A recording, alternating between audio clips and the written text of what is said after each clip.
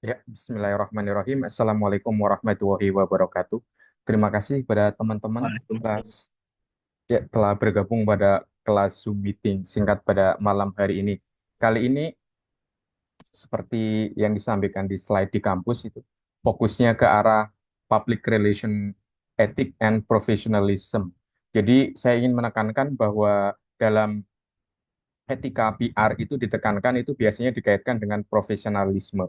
Seperti yang pernah saya katakan bahwa ikatan profesionalitas itu bukan ikatan antara pegawai dengan korporasi, pegawai dengan perusahaan, bukan, tetapi adalah ikatan profesional adalah ikatan antara pegawai itu atau karyawan itu dengan profesinya. Profesinya sebagai apa? Ketika profesinya sebagai PR, maka ikatannya adalah sebagai PR. Karena ikatan tersebut biasanya itu ketika dalam dunia profesional itu akan melekat. Si A itu PR yang baik, si A itu PR yang glamor, si A itu PR yang ramah gitu kan. Jadi ada identitas-identitas yang melekat gitu dengan profesi kita. Bagaimana dengan ketika seseorang itu memiliki profesi lebih dari satu? Oh, tidak masalah. Ketika dia berada di ranah PR, maka dia akan menjadi seorang PR yang totalitas ketika dia misalnya dia memiliki pekerjaan sampingan atau bisnis sampingan sebagai misalnya editor video atau editor konten di TikTok ataupun di YouTube, maka dia juga akan bekerja secara profesional ketika dia menjadi atau terikat dengan editornya tersebut dan lepas dari PR. Jadi ikatan profesional itu melekat kepada profesi yang memang memang sedang dijalininya. Kenapa PR ethics itu menjadi sangat penting? Itu seperti penelitian yang pernah dilakukan Grunik pada tahun 1992 dikatakannya bahwa PR itu harus bekerja secara excellent. Jadi dia harus bekerja bukan hanya sekedar ya hanya apa yang ditugaskan itu dilaksanakan, tetapi adalah bagaimana dia bekerja bukan hanya dalam lingkatan baik, tetapi excellent. Jadi sangat-sangat teramat baik. Bukan hanya nilainya dianggap sempurna 100, tapi bisa lebih dari itu. Kenapa excellent itu menjadi prinsip utama itu dalam fungsi PR itu karena PR itu kan sifatnya melayani bukan hanya kepentingan kepentingan stakeholder di dalam yaitu korporasi tetapi berkaitan dengan pihak luar, berkaitan dengan outsider.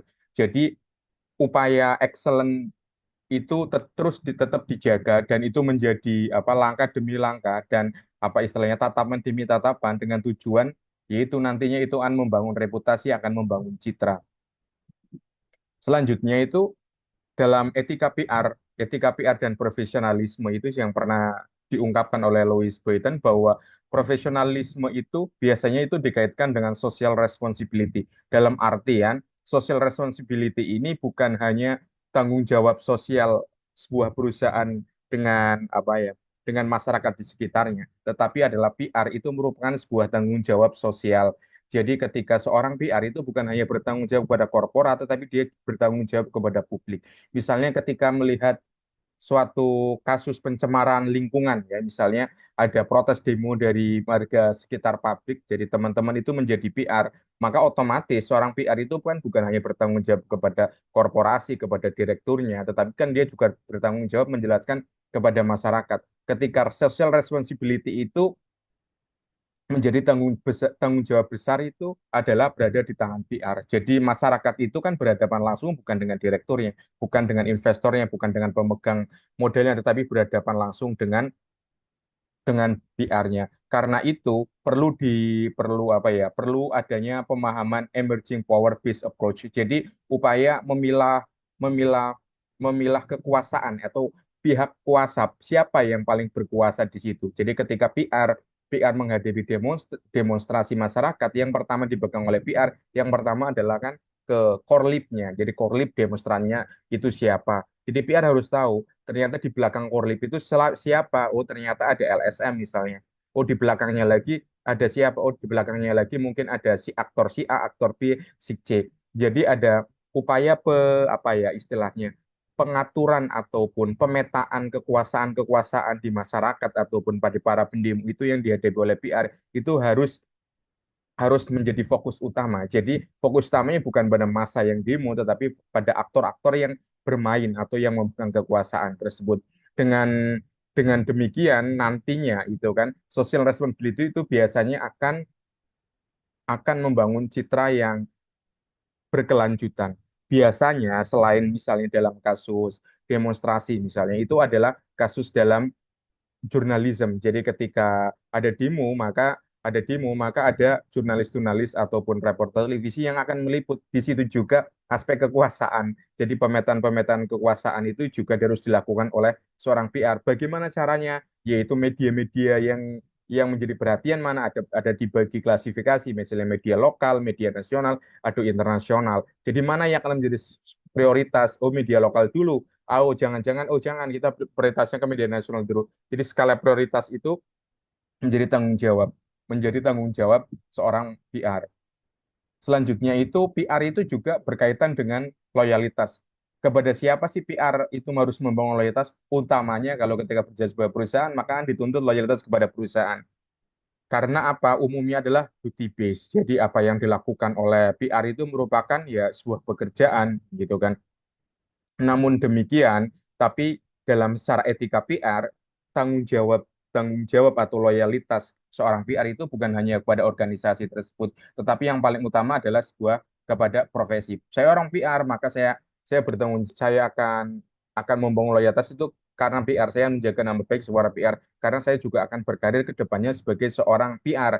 Selain itu, saya juga akan bertanggung jawab kepada masyarakat. Kenapa masyarakat? Karena bagaimanapun saya adalah bagian dari masyarakat. Saya kan ingin berkontribusi kepada masyarakat. Selain itu, PR juga bisa berkontribusi kepada diri sendiri, gitu kan. Dalam artian dalam masalah keamanan. Misalnya ketika suatu pekerjaan itu sudah mengancam nyawa atau mengancam keluarga, mengorbankan harga diri dan lain sebagainya, maka itu menjadi suatu pilihan. Akan tetap bertahan, gitu kan, atau akan keluar. Seperti itu kan, itu menjadi sebuah pilihan. Selanjutnya itu PR itu sangat berkaitan dengan profesi itu karena IPR dalam berkaitan dengan sebagai loyalitas profesional itu sangat berkaitan dengan persepsi publik. Kenapa persepsi publik itu menjadi sebuah penting? Karena persepsi publik itu di mana kita apa sebagai seorang PR kita bekerja gitu kan adalah mengemban gitu kan adalah menyampaikan kebijakan dari buah korporasi atau ketika bekerja di pemerintah menyampaikan kebijakan pemerintah kepada masyarakat. Jadi di situ behavior atau perilaku perusahaan atau perilaku pemerintah kita atau pemimpin kita misalnya yang kita wakili itu akan tercermin dari PR, tercermin dari program. Jadi persepsi publik itu akan muncul dari juru bicara si perusahaan tersebut, juru bicara pemerintahnya tersebut, sehingga masyarakat itu akan menilai gitu, akan menilai bahwa organisasi itu baik dan buruknya itu kan dari pihak PR. Jadi persepsi-persepsi tersebut harus tetap dijaga. Selanjutnya itu ada beberapa model yang normatif itu dalam dunia PR. Yang paling utama itu adalah model yang rasional, yaitu model model yang berbasis kepada logika, ya kan? Berbasis logika bukan hanya bukan bukan bukan seperti moralitas ya, tapi berbasis kepada logika. Jadi berdasar common sense. Jadi memang masuk akal tidak, gitu kan? Ketika saya menghadapi demonstran, saya akan menemui demonstran di lapangan apa di jalanan atau mengajak beberapa perwakilan gitu kan dari demonstran itu masuk ke kantor untuk berdiskusi lebih lanjut. Jadi hal-hal yang apa ya bersifat masuk akal itu perlu diperhatikan karena masuk akal itu faktor keselamatan, faktor keamanan dan lain sebagainya juga dipertimbangkan. Simetris. Kemudian kalau faktor simetris itu etika dalam simetris itu kan adalah ada kesetaraan. Jadi ada hadap ke hadapan itu kan ada hadap-hadapan. Ketika berhadapan dengan misalnya korlip, itu kan korlip demonstran berhadapan dengan jurnalis, berhadapan dengan pejabat pemerintah, itu kan ada berbeda. Jadi ada perbedaan. Kesimetrisan tersebut itu harus tetap dijaga. Jadi menjaga menjaga apa ya namanya itu menjaga keadilan itu dalam bentuk menghadapi itu semua elemen masyarakat dengan cara yang sama.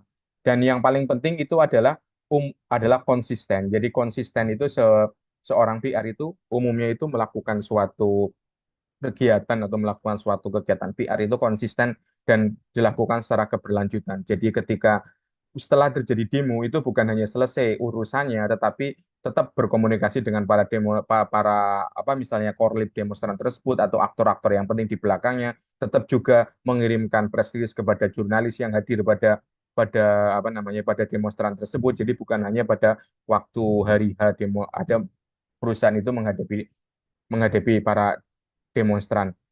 Ini adalah yang terakhir. Jadi tujuan dari seorang PR itu adalah bagaimana bagaimana dia itu menjaga citra ya, bukan hanya citra dirinya tetapi juga citra perusahaan. Karena apa? Dengan menjaga profesinya itu maka dia akan memprioritas tugasnya itu dengan mengutamakan kejujuran dan presisi. Jadi presisi itu tepat ukuran dan lain sebagainya. Jadi ketika dunia PR itu adalah dunia sosial yang memang benar-benar fleksibel, tetapi dalam hal beberapa ukuran itu kan dalam beberapa ukuran itu harus memiliki parameter-parameter yang jelas. Karena itu kan berkaitan dengan bagaimana menjalin hubungan itu kan dengan klien dan bagaimana menjaga citra citra citra sebuah perusahaan, citra perusahaan di mana kita bekerja. Dengan demikian, isu-isu sensitif dan lain sebagainya itu perlu dimainkan dengan baik oleh PR. Saya kira penjelasan malam ini sampai di sini. Mungkin ada pertanyaan.